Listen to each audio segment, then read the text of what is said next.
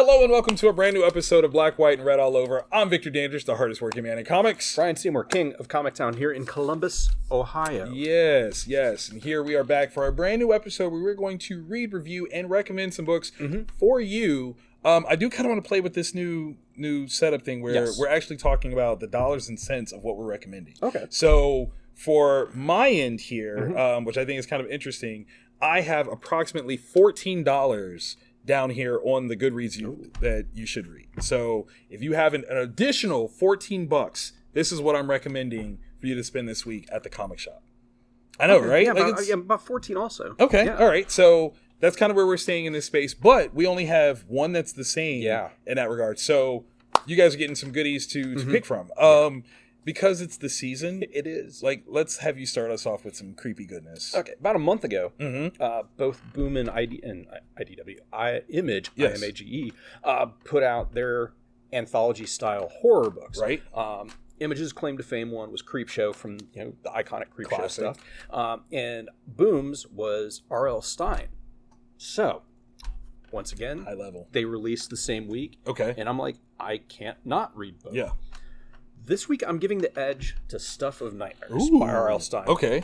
And it is actually really disgusting. All right, so I love that you said, like, R.L. Stine is not what you think of when you say, like, disgusting. This is, like, this one, though, is not adult, but it's, like, it is above PG-13. Okay. Where I thought that was going to be, like, an anthology style. Yeah. It is not. It follows... In the first issue, we have some people that are walking along the beach. They hear screams. They run to this place to try to help. And they mistakenly enter a situation where there are some scientists working on Frankensteinian experiments. Oh, that's bad. Yeah, and then a whole bunch of people get torn apart. I do remember that.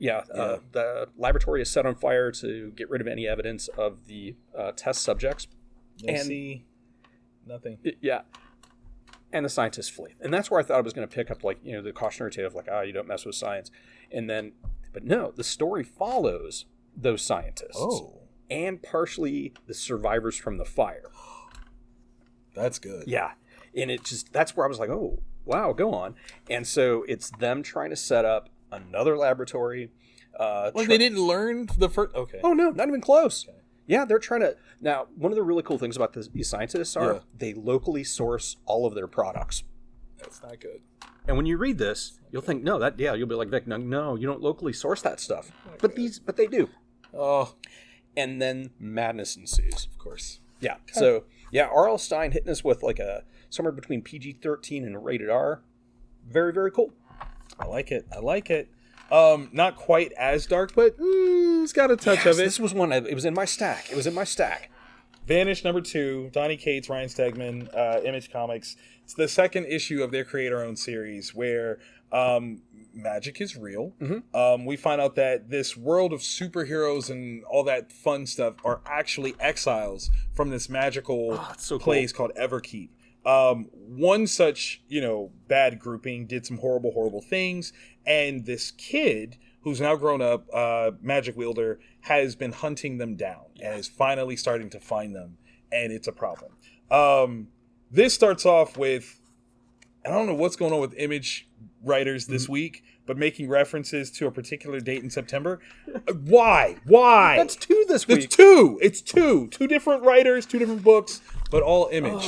I'm looking at you guys. But this is such an interesting sort of thing where this guy is taking on this quest to take on these bad guys. And while he should not necessarily be going alone, his immediate circle, they are not happy that he's taking this on. And they are supposed to be keeping a low profile, and he is messing that up.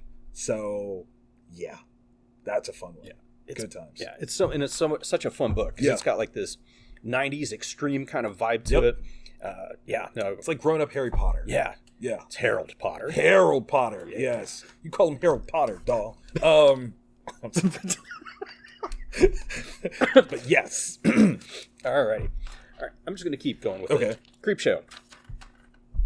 All right. So this one, though, maintains the anthology style. Okay. And there's like the creepy crypt keeper character, like keeping it like, okay, and this. So the first one is a story of like a little kid, and she has a really crappy home life. and there's this big scary tree that's in her backyard. I mean, it does look scary. Yeah, and it gets... There are essences... All right, remember the Hotel miniseries? Yes. And there was that sketchy-ass tree? Yes. This is worse. Oh. This is the uncle tree that they don't talk about. And so it's like this real short, really fast story that is somewhere in between. You feel bad for the kid. Okay. And you feel bad for everybody in her sphere of influence. Okay. So it's just a real fast, really cool, old school, like EC horror story. And then the second one is the tale of... All right, okay. Jack Kirby, we'll say, is, he's up there in age. He's got people coming in to help take care of him for like in-home care. Right. And Marvel was like, dude, we're going to cut you a big check. Like, you've done so much. You were, the foundation. The way it should have been. Yeah. Right. So here's a check. Somebody wants that check. What? Yeah. No. And it is this insane hallucination story. That's dark. Of violence. Yeah. And yeah. So it's also really, really cool. And it's half like cartoony, the way the hallucinations work. That's amazing. And then half a little bit more realistic. Okay. But yeah, no, both of them two really, really fast stories, really, really fun. I liked it. That is fun. Okay. To kind of straighten things up just a little bit. So going Action Comics 1048. We've got Philip Kennedy Johnson. We've got Perkins, Lowridge.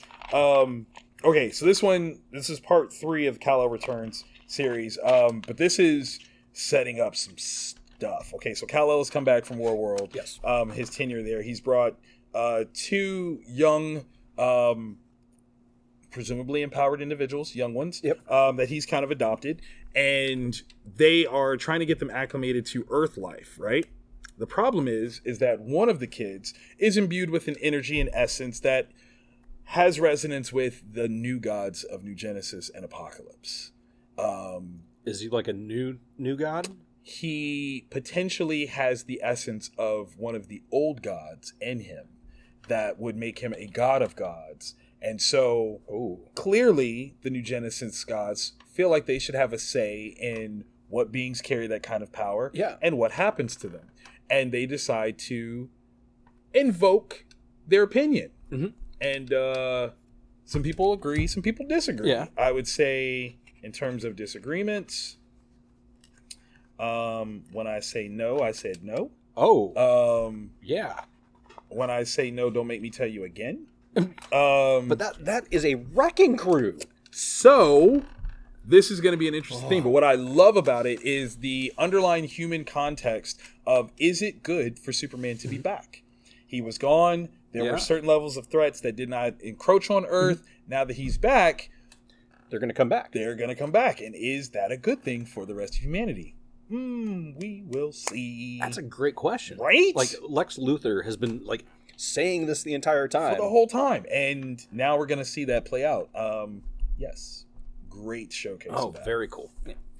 Kennedy Johnson can just write. Just flat out fantastic. I was just watching his appearance on Word Balloon and was all extra excited about reading this because of that. Another writer that I'm extra excited about, Tom King, Greg Smallwood, The Human Target, Book 8. So we're creeping up on the end. We are. This hurts me. There's something about Smallwood's paneling. Yes. That just evokes this classic comic. Like, this is how you panel comics. Yes. Like, that's the way you do it. I would even go as far as to say this is illustration. Yeah. It's not even like comics. This is outright beautiful illustrative artwork that just happens to be, luckily, thankfully, narratively structured. It's brilliant.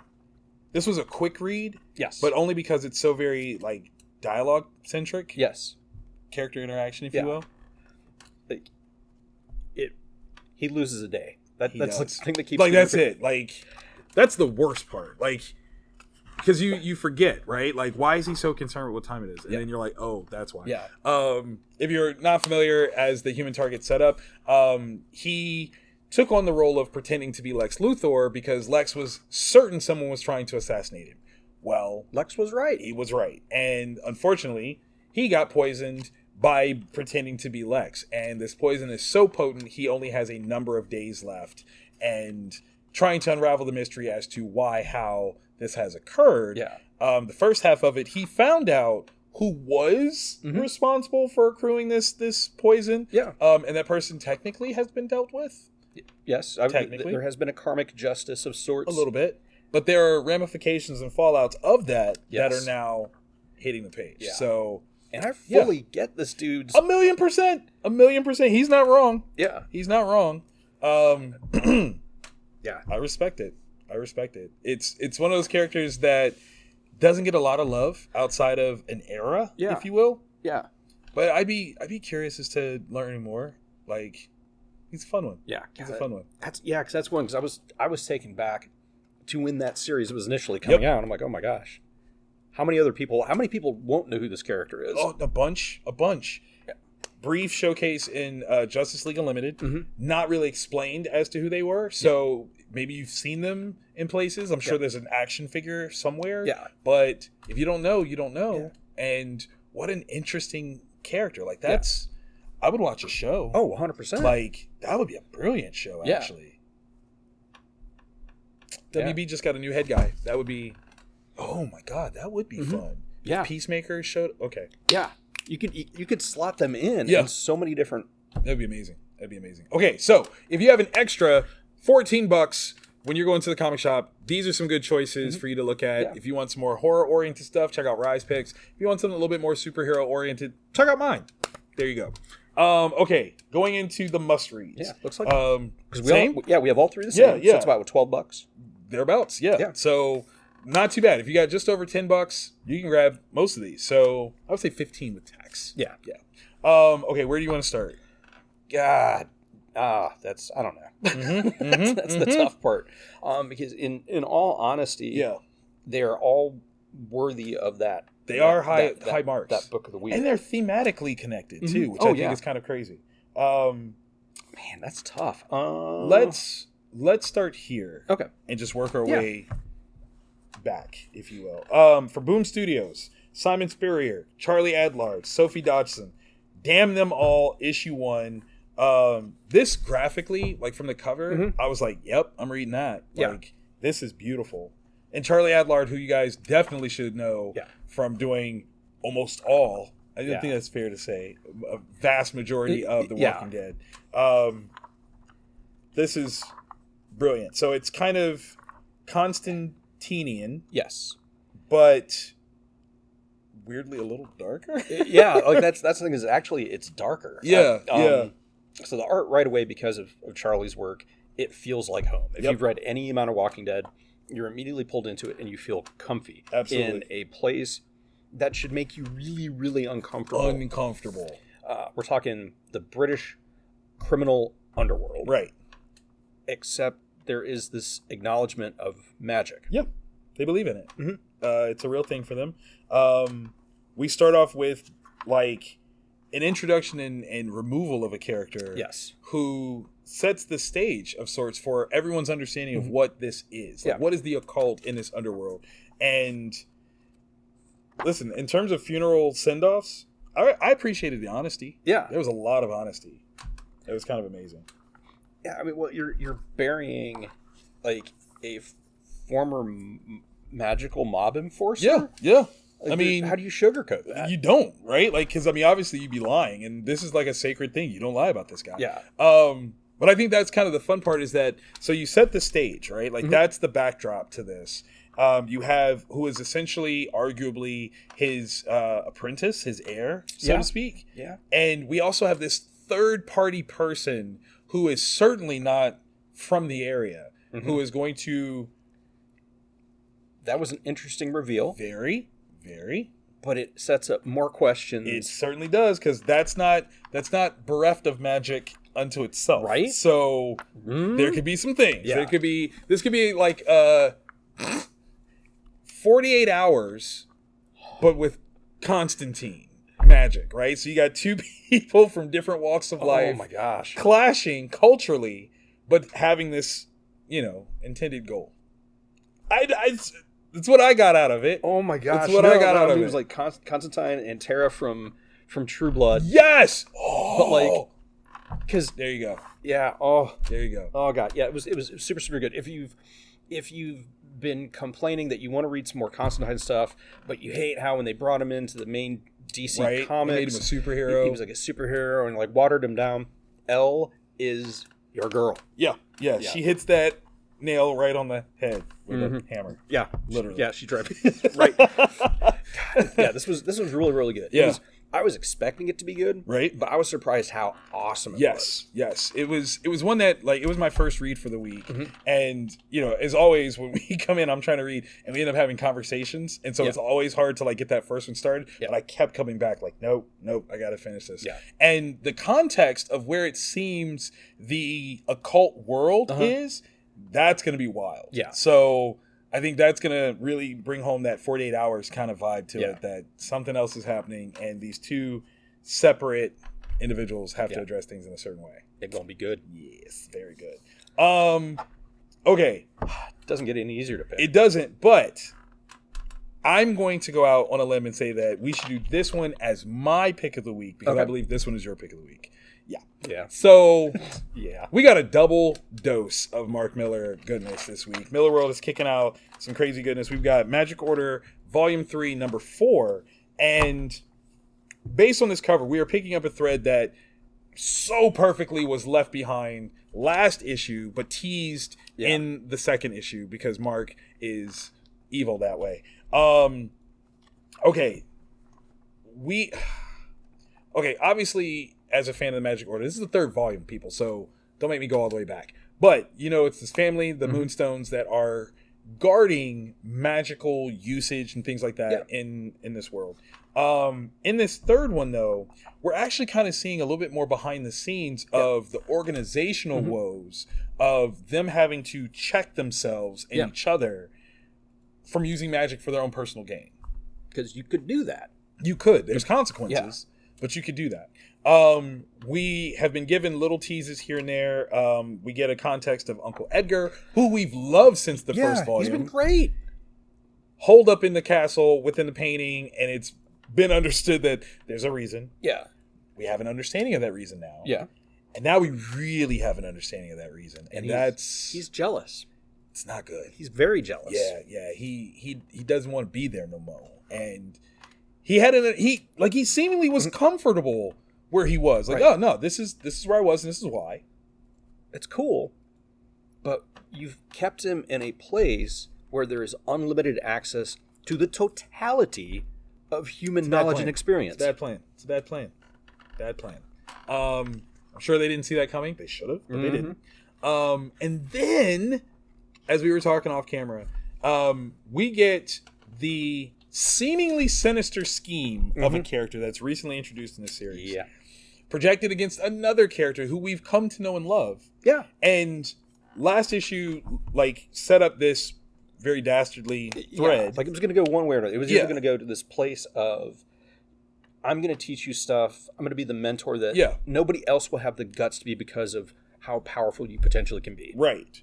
And then we see that there's a darkness. There's a shade of that one. And now, based on very limited interaction with this particular character, I don't know not to believe them. I believe that what they're seeing, saying, suggesting is real. Yes. Like, if you got somebody capable of doing, well, all right, we'll say you got someone with Superman level powers. Yeah. But you've seen, when they were a kid, you saw them coloring in a book like hamsters being chopped in half. You kind of go, hey, let me go talk to you for a second. Yeah, because you don't know. Before they actually get to that power level, you kind of have to do that. So you've got this, like, I was so torn. It's their job. Yes, it's that Luke Skywalker. This is what he's supposed to do. Ben Solo, like, what do I do? This is what I'm supposed to do. And I think, again, the sheer scale of what has to happen in order for this plan to be enacted. Yes. And they freaking figured it out. Like, that's, again, you're like, this is how powerful you are. That's one of the really awesome things about this particular section of the story is that books, like, you pick up a book, you read it. You pick up a comic, you read it. there is a certain magic, a certain reality, a universe that has been created that doesn't stop just because you're done reading. Yes. Like Such a whole new world has been created. And that's like, there was something like really magical about it. Love it. And the way the art renders the Dracula world. Yes. That was amazing. Oh my gosh. Tothian design here is freaking beautiful. Yeah. I love it. And then like the context that if there's a book inside of a book, that's a whole nother world. That, and I was like, that is magic. That is the true power of the written word. It's like Inception. Yes. What's happening in this issue is magical Inception and magic within magic within magic, which is fantastic. So very good. There's 2 trade paperbacks for Magic Order so far. Pick them both up. You will love them both. Absolutely. And then this one, if you're late to the party, they're going to trade this one as well.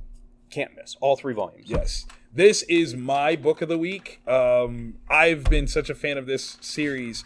The continuation of it just hits hard every single time. So that's my personal pick for book of the week. But I already knew that Ryan was going to pick this one. And I have very specific reasons why I'm not picking this one. Oh, yeah. You knew it. American Jesus, Revelation, issue 1, Mark Miller, Peter Gross, Tom Coker. Because it's been Peter all the way through, right? Right, except this opening sequence is Tom, which is amazing. Gene McGee and Daniel Friedman on colors and Corey Petit on letters. Fantastic work. Okay. All right. It's too close. It's too close. It just gives me the heaves. I can't. What I'm curious is how many drafts of this were started and then real world events happened. And then you go, okay, I can't do that. And then you redraft. And then you redraft. And like, crap, that happened now. Redraft. But you're not getting. That's my fear, man, is that he's like writing this down and he's like 3, 2, 1. That one, 3, 2, 1. Next. Okay, now we can put this book out. Right. That's not okay. It kind of is. All right. So, American Jesus is the 3rd installment. Yes. And that's going to be theoretically the final one. Yes. First one. We meet. Jody. I mean, it's Jody. It's been decades, right? It's not going to spoiler to say who it is, but then it'll spoil the. No. Yeah. If they don't know it by now, it's okay. Yeah. Okay. So the first volume. Yes. You meet the Antichrist. Yes. It's a kid, and he spends the first part of his life thinking that he was actually the second coming. He was the Messiah. Yeah. He kind of was, but like on the other side. Yeah, bizarro Messiah. They didn't tell him exactly which team he was playing for. Yeah, you got really great parentage. Yeah.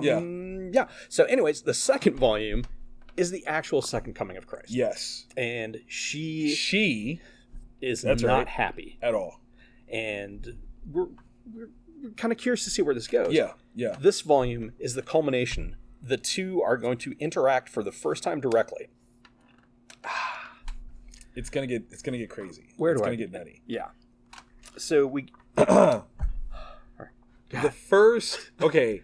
I have never read such condescension and disdain from angelic figures. Why wouldn't they feel that? You know what? And that's what made it so bad. Was as I'm reading, I'm like, yeah, man, we kind of suck. Like, I would feel that way too. Like, the angelic host and those entities were created. And they spent their entire time around God. And God's like, you know what? I'm going to do something different. I'm going to do something new. Right? In my image. Yeah. And I want them to exalt me. Yeah. Not that you guys weren't doing it, but not the way I wanted. Yeah. Think of that. Like, you were created, and you could have been created any way that person wanted you to be, and they didn't. Right? Oops. Oh, it's not me, it's you. So, So, we see the fall. We see the fall of Lucifer and his angels, and we kind of get a real quick backstory about how the reality of biblical storytelling and So, this part in particular, I loved that historically individuals have been sent to kind of lead us with messages of love and peace, and they were either corrupted first and then killed, or just outright killed. Yeah. And I'm like, why not? That did happen. Yeah. All right. If you're into conspiracy theories, you either need to turn this off or go to your local comic shop right now. Both. Yeah. Because there's 5 figures. Here's the thing that's crazy. Okay, so these two, obvious, in my opinion, because they're fully rendered. Yep. less rendered, but still, Yep. you get.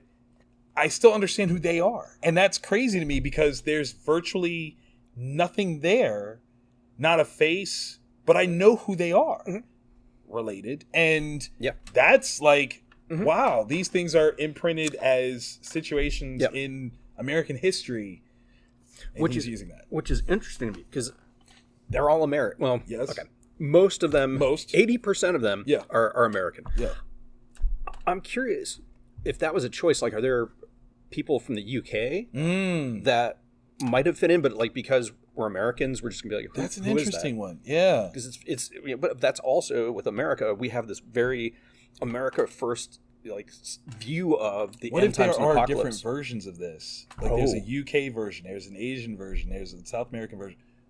Right? That would be interesting. That would be interesting.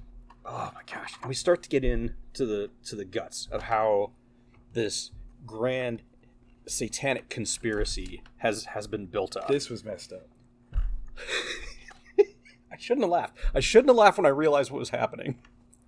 Because there's like a cheese plate and there's one of those charcuterie boards or whatever. Yeah, they're like, it's a little party, a little get together. This is what they're doing. Oh my gosh! And dude, to realize like how dark and real this is, like that's the thing that's if the satanic panic had have really happened, like if like all that stuff really existed, this is what it would have been. This is what it would have been. Yeah, this is kind of like if you've watched the original 3 Omen movies, we're not counting the remake. Fair game. It came out in, I understand the cash grab for it, and the fourth one, nah, it's okay. But you're like, you know what? I'm sick of the good guys winning. This is the one. This is that. Because it's this. Because they're setting it up where it's not even like this could happen. You have to go back and go, that happened, that happened, that happened. Yeah. Oh my. There are so many real world events that are woven into this. Yes. That it's because that's where I'm curious about it. Like if the book could not fully be written until now, because now there's all these pieces. The second volume used Waco as a part of it, like that. Yeah. So it's like all those things that the bullet points, but like, oh yeah, the sign of the beast, and So we see Jody now in this position of power, and everything is set up. The board is ready for their takeover, and then we get to see the chosen one, the second coming, and her very different view. This is it's like what she has experienced some stuff. Yeah, because she said it's been 30 years. Yeah, 33 years, which was the same as Christ. So and 33 years now is crazy. Very different. Think of all the atrocities, and suffering that she has witnessed directly. Yeah, been able to see like this is what we do. Yeah. Okay, cool. Which is why I feel like her energy at the end. I'm like, it's This is not the gentle second coming. No. Like y'all had a chance. You had many chances. Yeah.